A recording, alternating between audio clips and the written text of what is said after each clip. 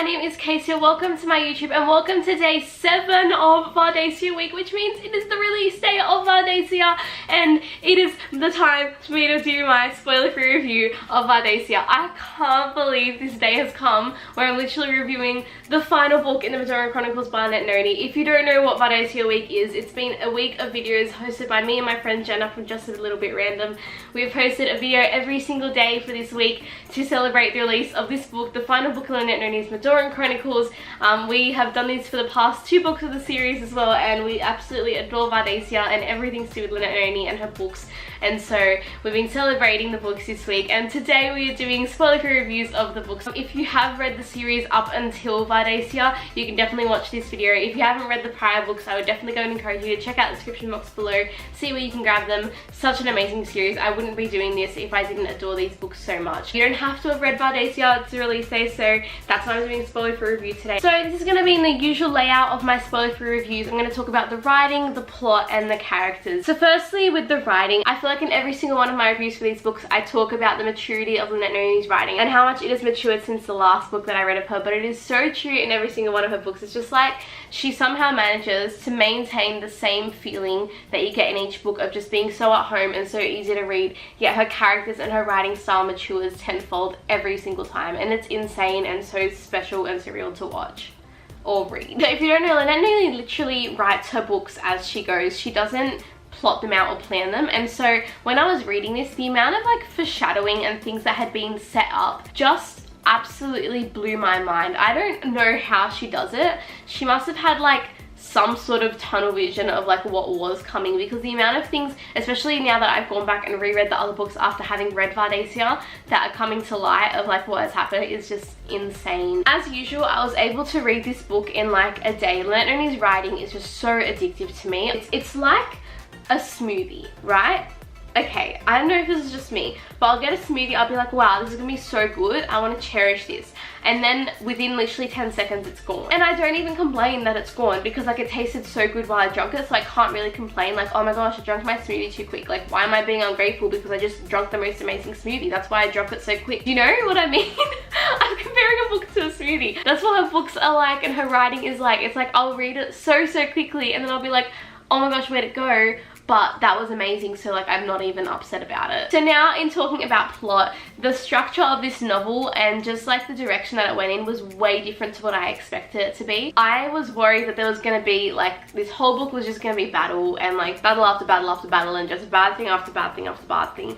And like obviously there was like a million complications, but I was really glad that we weren't like overloaded with battle. If anything, we could have done with a bit more, I think, but I don't think it was like that big of an issue, because like personally I'm not someone who like, I don't understand what goes on in battle a lot of the time, like all goes over my head, so I just want to like who's winning, who's dying, make sure our faves are staying alive. But I don't want to say like much more than that, because I don't want to ruin anything to do with like any potential battles that they could have been and what might have happened in there. But I was relatively happy. As you know, at the end of Grey Vale, Alex and Caden go through a doorway to go to the world of Auras, and so we get to spend some time in there in the novel, and that's not a secret. That's on the blurb of the book. That's at the end of Grey Vale, so if you read them, that's not like a spoiler to say that. But it was just so cool to spend time in there, and now we can actually talk about this because it's release day. At the end of the book, it tells us, thus conclude the Medoran Chronicles, but prepare to venture back to Medora again one day, and Auras too.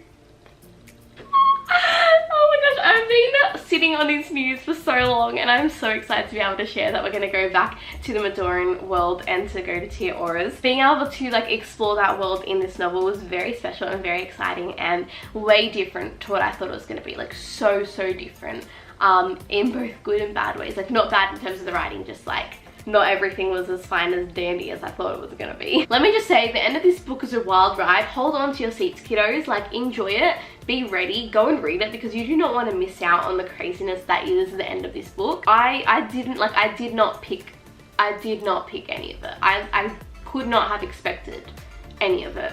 And I don't think saying that is gonna make you guys be like, there's plot twists, like now I'm gonna be expecting it. Like it's just not something you can pick. Lynette, I messaged her straight away after I read it, and I was like, did you actually do that? Like, did that? So now onto the characters. I feel like I always have the most to say on characters, but we have literally the best squad in this book. I could not have picked that we were gonna have this group together that we get, but it was insane, and like the people that we add to it are just so valuable. The We Three Heroes group, Jordan, Bear and DC, you need to read We Three Heroes before you read this to truly appreciate these characters, the growth they go through, the relationships they have, the perspective that they have on everything, where their place is in this novel. You need to read We Three Heroes before you read Vardaesia. It is such an important novel and it links so well with this, and so please, I cannot stress more that these characters are amazing and they deserve these backstories that Lynette and Noni has given them, and they deserve the growth that they go through. So please read them before you read Vardaesia.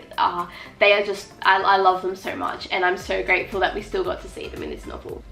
Calyx, I did not expect what we got, and that's all I'm gonna say. Baby Avon, we're just not going to talk about him anymore because he's truly resting in peace. Not really, he's not in peace, he's a bad human.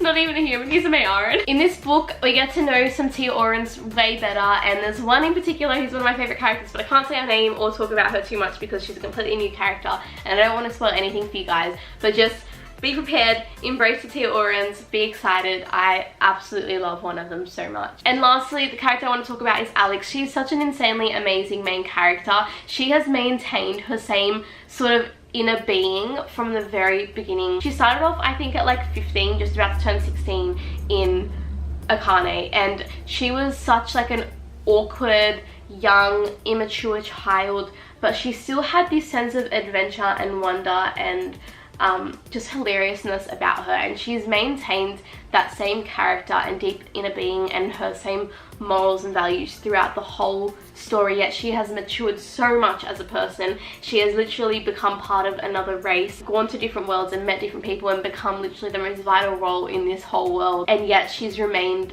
the same at her core. And so just the fact that Lynette and Noni did this, and again without plotting and any of that, it just blows my mind. I love Alex so much as a main character. I couldn't have picked a better one. I'm so grateful that we got to be connected with her for this long, and I have a feeling that the future books from Lynette won't be from her perspective, so I think this is the last we see of Alex from her voice. That is all I really have to say for this video. It's really hard to talk about this book without spoilers, so hopefully I will be doing like a spoilery review. But definitely go and pick up Vardaesia today if you haven't already. I'm gonna have links below where you can buy it. I'm so excited that it's downloaded. I'm so excited that you guys get to read it. I hope you guys do go and pick it up. Thank you so much for being a part of Vardaesia Week with Jenna and I. Definitely go and check out her review that's down below as well to hear her thoughts on the novel, especially having read it as a critique reader the first time and then reading again after some massive changes happen. Thank you so much for following along with us, for embracing the wonder, for loving these series like we do. Embrace the wonder, and I will see you next time. Bye.